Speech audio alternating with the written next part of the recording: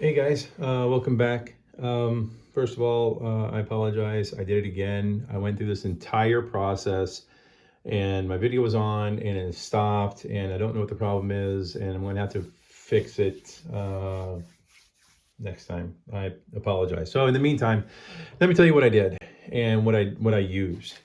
I'm Kendall Stump and welcome to the Stump Project. So this is the Conte of Perry. It's a black sketching crayon or pastel or similar to charcoal. And I've also got a white one as well. So I told you last time that I was going to try out some of this stuff and maybe figure out pros and cons and all that kind of good stuff. So this is what I found out. It applies, you can put pressure to apply it and it comes out pretty dark. It doesn't come out nearly as fluid as charcoal does, like regular line, or this is willow charcoal. It doesn't come out nearly as smooth or fluid as that, but you can use your thumb or finger and you can blend it pretty well. You still have to apply a lot of pressure. And that was starting to be a little bit of a bummer for me, and because it seemed like I was spending a lot more time blending and shading than I wanted to. But what I discovered was you can use a smudge stick, this here, and it does the job for you a lot better. And it gives you a little bit more control over keeping your area clean, because you can use the sanding board and just rub and sand your smudge stick relatively clean.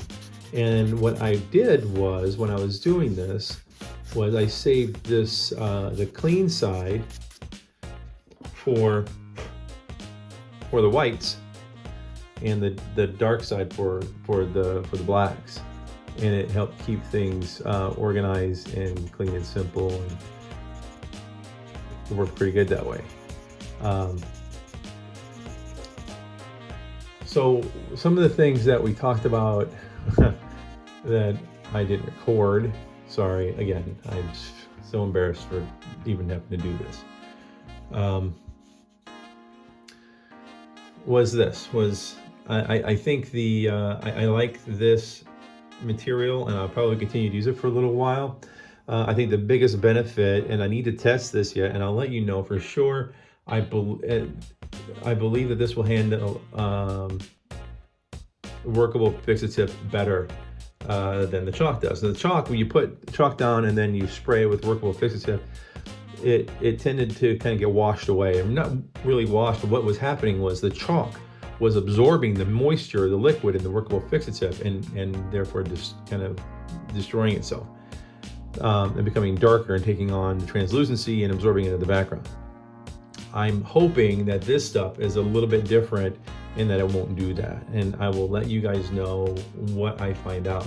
It did apply similar to chalk. It felt a lot like chalk. Now the black felt like a crayon. The black felt more waxy and oily, but and obviously it made a bit of a mess on my fingers. Just even after wiping off my hands, it's still kind of a black residue, a little bit messy, but it's still overall, I like the quality of it. It gave me a very painterly quality. Using a smudge stick, if you are more akin to digital arts, it's more like you put some stuff down and then you can just use this to like a stylus and spread it around and use shading how you would intuitively do so, all the while giving your piece a more painterly look and feel, which I appreciate. I like that. Overall, this project here was about value. And just like most charcoal stuff, it can be used as an underpainting for your oil paints if you want to do any kind of still life. This can be just a value study. You master value, you can take that across all mediums that you work in, whether you do sketching or video, painting, what have you. Value, if the viewer cannot read the subject, then what's the point of doing it? In this case, you would be in a relatively dark room, right? So a very low contrast. But so you wouldn't be able to tell those oranges from the back wall. You put a light on there, now you're able to pop these things out. You notice the shadow over here on this side contrasts with the light shining on the wall back here. The highlights on this side contrast with the shadow of the wall over here. These things, these values, define the form and the shape of the object. And I say the form, well, you can tell because of the values and how it goes from light over and translates over to dark. You can tell that it's got a curved surface, and you can tell that it has texture on the surface, and you can tell this orange here has got what we would refer to as subsurface scattering.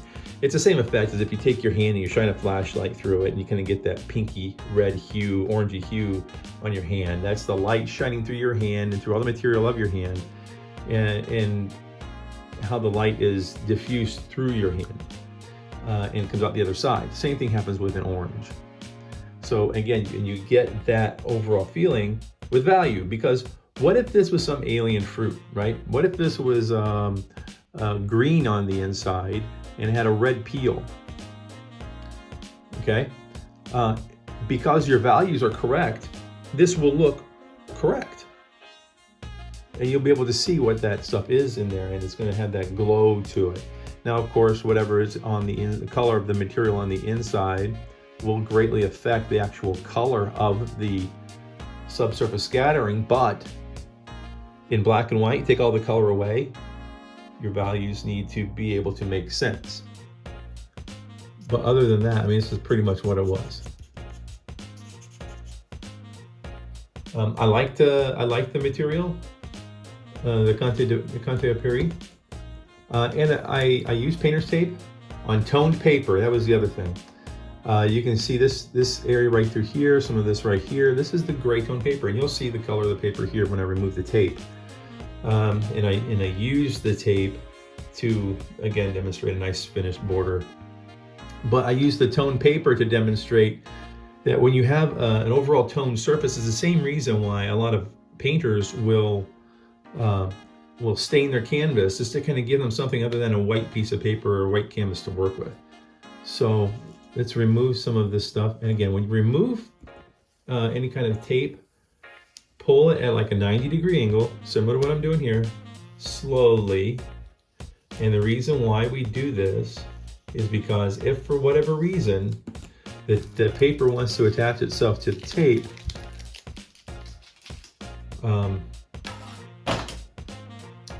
we won't rip right across the illustration or the painting that you just done.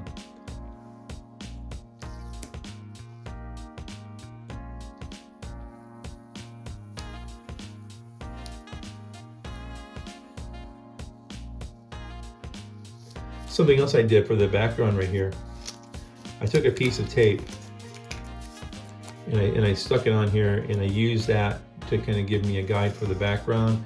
On this side, I put it on top, and I put it on the guide for the background, and it didn't seem to lift the drawing crayon at all.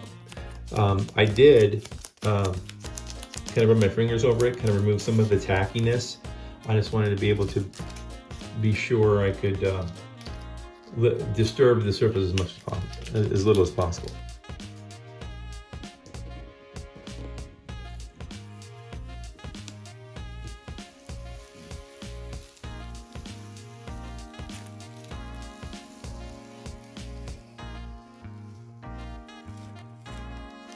There we go. I want to leave the top on it for you because it's hanging here on my easel. And I'll post a finished piece on my Instagram, and the link to that is in the description here, or on my channel. All right, guys, this is something I've been trying to work with. We've been having problems when we spray workable fixative on our work, and the places where you put chalk, the chalk would absorb that moisture in the raw fixative, and it just kind of makes the whiteness or the brightness go away. So what I did was I tried this cold wax medium. Now what this will allow you to do is use some rubber gloves. Just go in and get a fingerful and then just dab it onto the surface. Once you get enough on the surface, it kind of seals it in, and then you can kind of start rubbing it around without destroying the surface. Now you have to leave it set for about 24 hours. It hasn't quite been 24 hours, and you can see I burnished it a little bit. I mean, it's set enough where it's not going to smudge anything, but I burnished it a little bit with a cotton towel, and you can see it leaves a nice set and shine. If you don't, the wax medium leaves a matte finish. So it seals it. So now I can touch, and nothing is on my finger. Nothing. No black. No white. So we're good. The other thing that I noticed, I use this stuff in some of my my other oil paint, but there's some cold wax paintings. I had a little bit of paint in my wax, just a little bit of oil paint. And if you can see it on camera, right up in here, there's a little bit of burnt sienna. So you can actually tint your charcoal drawings with cold wax and a little bit of paint. However you want to tint your cold wax. When it goes on very transparent. Although that was an interesting discovery. I didn't necessarily mean to do that. It wants a brown banana, but the effects nonetheless are valid. And then once this dries and sets up, this cold wax becomes very hard and stable, and it will help protect your charcoal. So once this is done, you can put this in plastic, hang it, frame it, however you want it, whatever you want to do. And you don't have to worry about it too much, and it becomes good. So now the next thing I'm going to do is take my illustration that I did earlier in this video, and I'm going to spray it with some workable fixative, and we're just going to see how that Conte de Paris pastel or charcoal works with that, and we'll see what kind of that product that has, and then to make a decision on do I want to spray it? Do I want to wax? I kind of like the wax. It used a bit of it. It used a good portion of this container.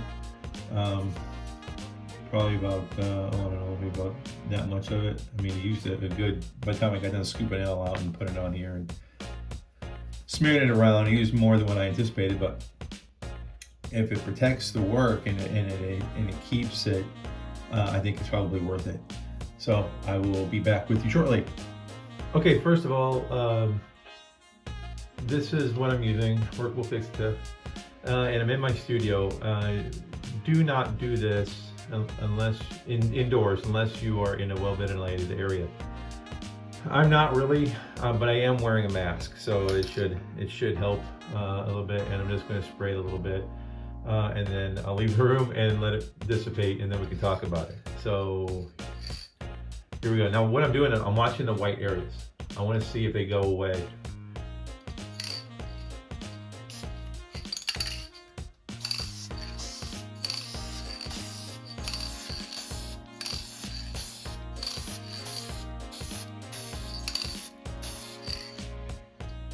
Okay, it's been a couple minutes. The surface is dry now. Still picking up a little bit of residue, but the white stayed okay. I think we can all agree that it did diffuse some.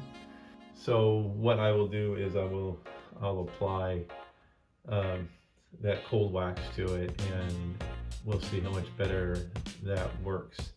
But anyway, I wanted to show you the results of the Conte Paris white, and with the workable fixative, if it still soaked it up and diffused it. Like I said, for the most part, and it still comes off my finger a little bit, so maybe it needs a second coat. But it stood up better than the chalk did.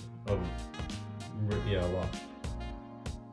So I hope that you guys got a little bit out of this video. I'm sorry that it was kind of disjointed.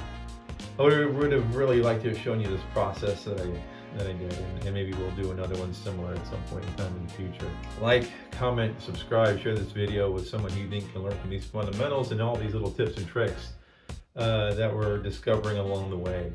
I think the cold wax medium is a great preserver of these charcoal pieces, and that may be my go-to in the future. We'll see. I will keep you posted, and I will see you next time. So this bonus footage, I'm just going over some of this where the white had gotten eaten away. Just trying to bring back some of that luster.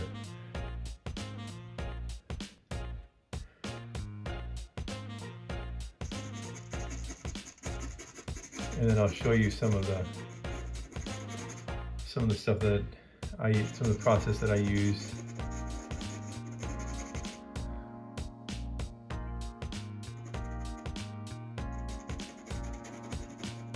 Just think about where the light's going to be hitting some of these bumps and outcroppings and stuff, and you can hit those areas ever so lightly. It's just a general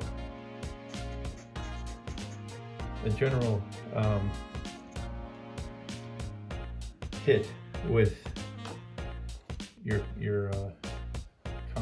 your white, because I used a smudge stick, and I found that this really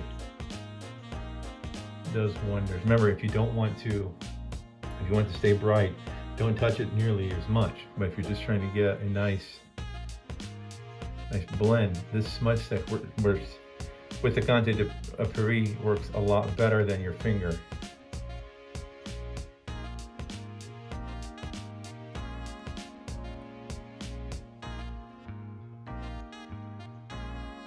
So it gives you a nice transition. Plus it picks it up and it puts it down elsewhere, just like your finger would, except you have a little more control. Just like right in there.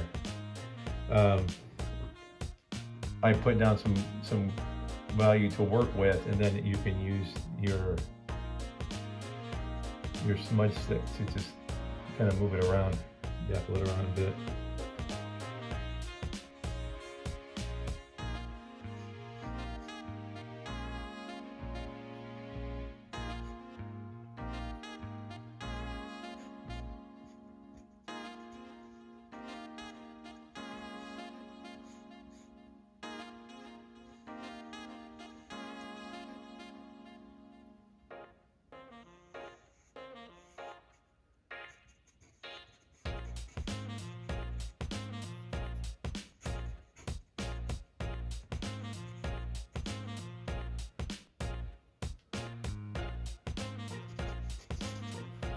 Like that.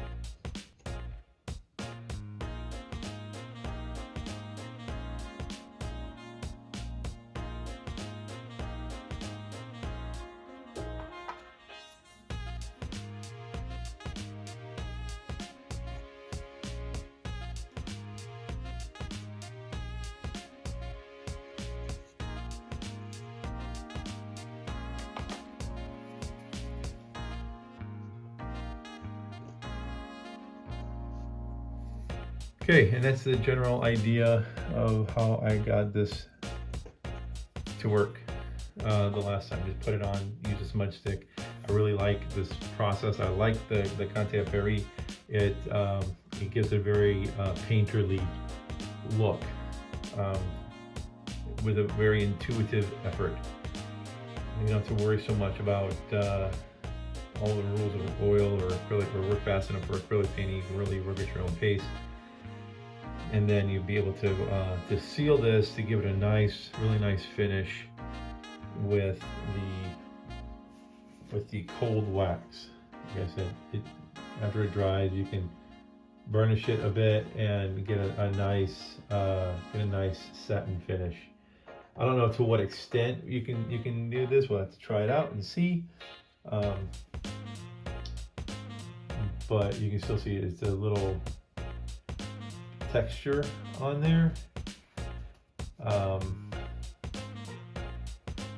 exactly sure if it's just how the wax applied, and with a little, maybe with a little heat, I don't know, a little heat, a little more burnishment, maybe we can smooth it out some. Not sure. Let's try it and we'll see what happens. All right, thanks for watching. See you next time.